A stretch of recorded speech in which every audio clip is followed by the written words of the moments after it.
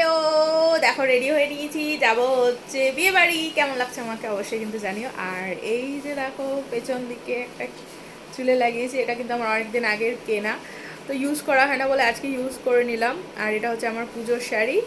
তো কীরকম লাগছে তোমরা কিন্তু অবশ্যই জানিও।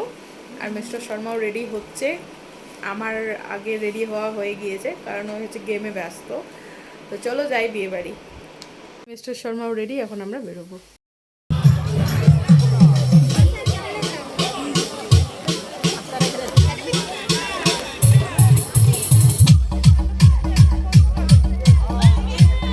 মিস্টার শর্মা গিফট দিতে গিয়েছে আর বউয়ের ছবি নেওয়া হয়নি, তাই একটা ছবি অ্যাটাচ করে দিলাম।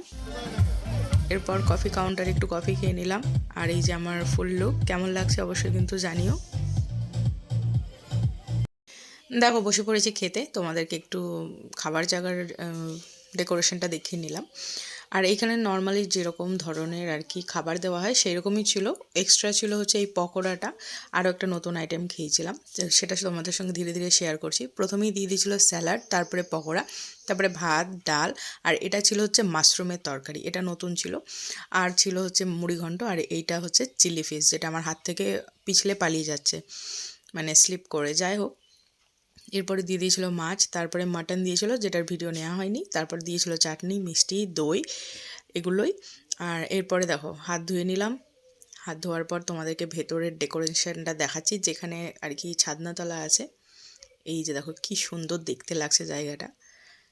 আর এখানে কিন্তু যে সমস্ত আর এখানে কিন্তু সেই সমস্ত জিনিসগুলো রাখা আছে যেগুলো মেয়ের বাড়ির তরফ থেকে দেওয়া হচ্ছে, তোমরা দেখতেই পাচ্ছ এই যে জিনিসগুলো।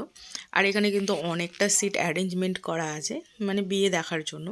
আর এইদিকে আমার শ্বশুরবাড়ি এলাকার এইদিকে বিয়ে কিন্তু বেশ রাত্রি করেই হয়, আর অনেকক্ষণ ধরে হয়, 3-4 ঘন্টা ধরে হয় সম্ভবত।